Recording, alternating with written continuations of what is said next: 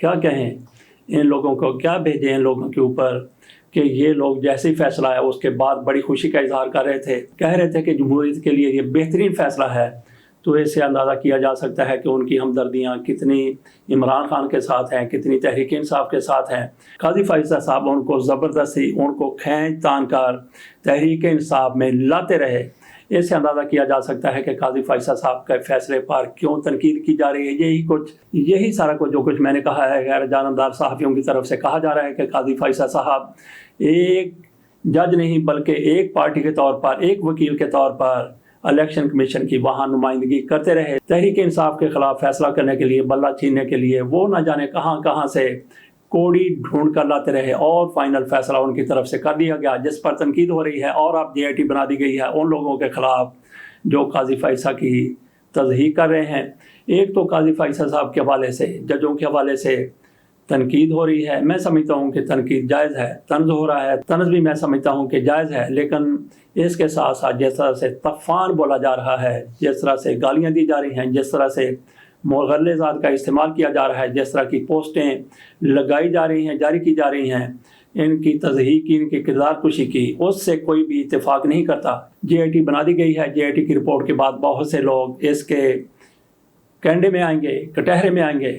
تو یہاں پہ سوال یہ بھی پیدا ہوتا ہے کہ ان ججز کے حوالے سے جس طرح سے یہ سارا کچھ کیا جا رہا ہے، ضروری ہے کہ ان لوگوں کو روکا جائے، ان لوگوں کو انصاف کے کٹہرے میں لایا جائے، اور لایا جائے گا، لیکن تھوڑا سا پیچھے چلے جائیں۔ مریم نواز شریف صاحبہ کے جلسے میں اعجاز الحسن صاحب کی تصویر لگائی گئی، مظاہر علی اکبر کی تصویر دکھائی گئی، پوسٹر ان کے دکھائے گئے، ان کے حوالے سے وہاں پہ ویڈیوز بھی چلائی گئی، آڈیوز بھی چلائی گئی۔ مریم نواز شریف صاحبہ کا یہ جلسہ تھا، اس وقت کسی نے نوٹس نہیں لیا، وہ بھی حاضر سرور جج صاحبان تھے، تو سابقون کے خلاف بھی اگر کچھ ایسا کرتا ہے تو وہ بھی قابل معافی نہیں ہو سکتے۔ آج تک ایسا کیوں نہیں کیا گیا؟ بہرحال یہ جواز نہیں بنتا، آج تک ایسا نہیں کیا گیا تو اب بھی نہیں کیا جانا چاہیے۔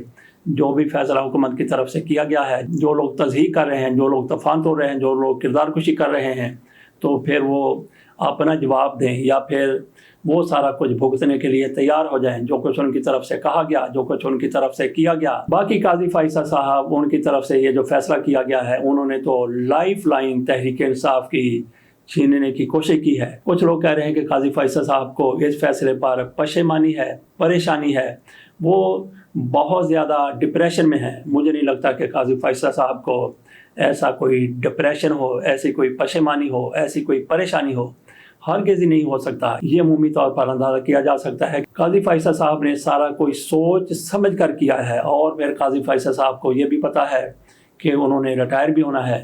تو قاضی فائزہ صاحب کے اس فیصلے کو کچھ لوگ تو یہ بھی کہتے ہیں کہ جسٹس منیر سے کیا گیا یہ بہت بڑا فیصلہ ہے۔ جسٹس منیر صاحب تو آج کل وہ ان کو دیکھ رہے ہوں گے، ان کی روح دیکھ رہی ہوگی کہ قاضی فائزہ صاحب کتنا آگے چلے گئے ہیں، تو وہ ان کے ہاتھ پر بیعت کرنے کے لیے تیار ہوں گے۔ ہو سکتا ہے کہ انہوں نے خواب میں قاضی فائزہ صاحب کے ہاتھ پر بیعت بھی کر لی ہو کہ میں کہاں، آپ کہاں، آپ نے تو ہم سب کو پچھاڑ کر رکھ دیا ہے۔ کچھ لوگوں کی طرف سے یہ بھی کہا جاتا ہے، خصوصی طور پر مسلم لیگ نون والے کہتے ہیں کہ ہمیں بھی آزاد امیدوار کے طور پہ سینٹ میں حصہ لینے کے لیے جسٹس حاکم نثار کی طرف سے فیصلے میں کہا گیا تھا، ہم نے بھی اس میں حصہ لیا تھا۔ تو ناظرین، اس وقت کتنے لوگوں نے آزاد امیدوار کے طور پر سینٹ کے الیکشن میں حصہ لیا تھا؟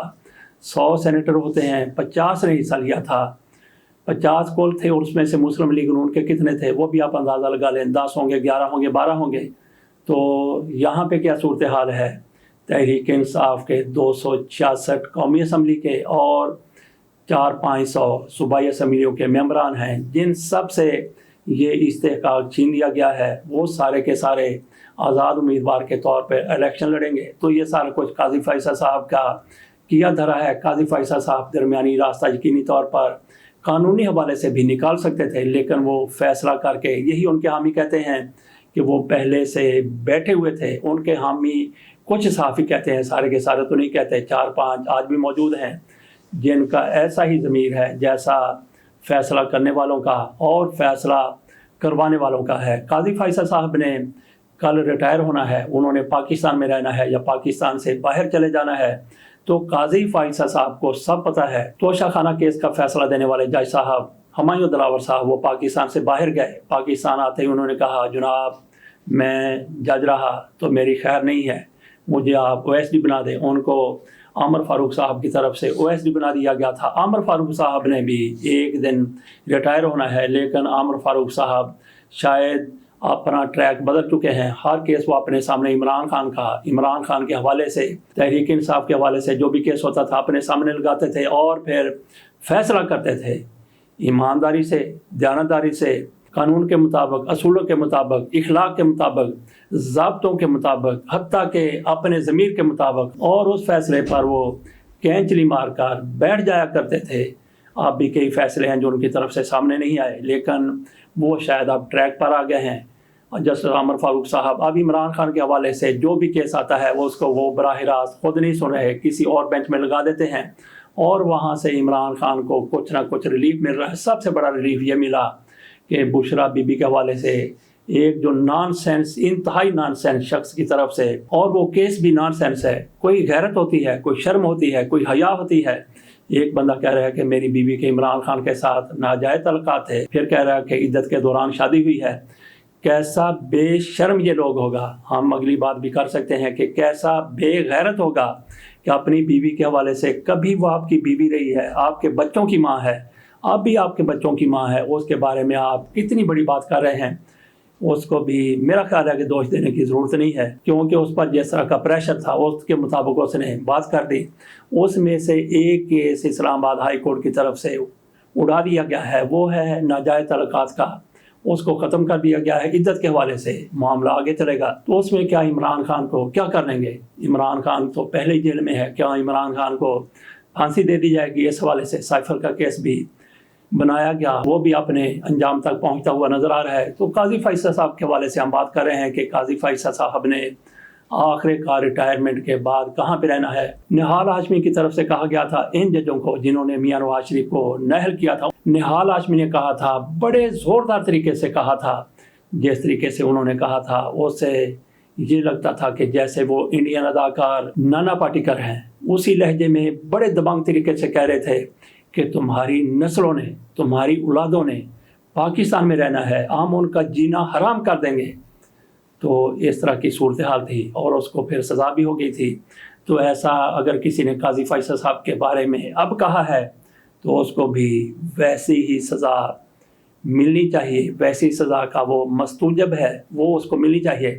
لیکن قاضی فائصہ صاحب کا یہ فیصلہ، کچھ لوگ کہتے ہیں کہ جتنے آج تک فیصلے ہوئے ہیں کچھ ججوں کی طرف سے، جس طرح سے جسٹس منیر کا نام لیا جاتا ہے مولوی تمیز الدین کیس کے حوالے سے، انہوں نے جو فیصلہ کیا تھا، قاضی فائصہ صاحب ایسے سارے ججوں کو کاٹ گئے ہیں۔ کچھ ججوں کی طرف سے جنرل ضیاء الحق کے مارشل لا کو جائز قرار دیا گیا تھا، اس کی سربراہی کر رہے تھے جسٹس انوار الحق صاحب۔ یہی جسٹس انوار الحق صاحب ذوالفقار علی بھٹو کو پھانسی دینے والے بینچ کا بھی حصہ تھے، حصہ نہیں بلکہ اس کے سربراہ تھے، ان دنوں بھی چیف جسٹس ہوا کرتے تھے۔ اور پھر ایک فیصلہ جنرل مشرف کے حق میں بھی آیا تھا، ان کے مارشل لا کو بھی جائز قرار دیا گیا تھا۔ بینچ میں جسٹس افتخار محمد چودھری صاحب بھی موجود ہوا کرتے تھے۔ یہ جتنے بھی فیصلے آئے ہیں، کچھ لوگ کہتے ہیں، اور پھر عمر تا بندیال صاحب کا وہ فیصلہ جس میں پاکستان کی سیاست کو ملیا میٹ کر کے رکھ دیا گیا تھا، جس میں پاکستان کی جمہوریت کی تباہی کی ابتدا کی گئی تھی۔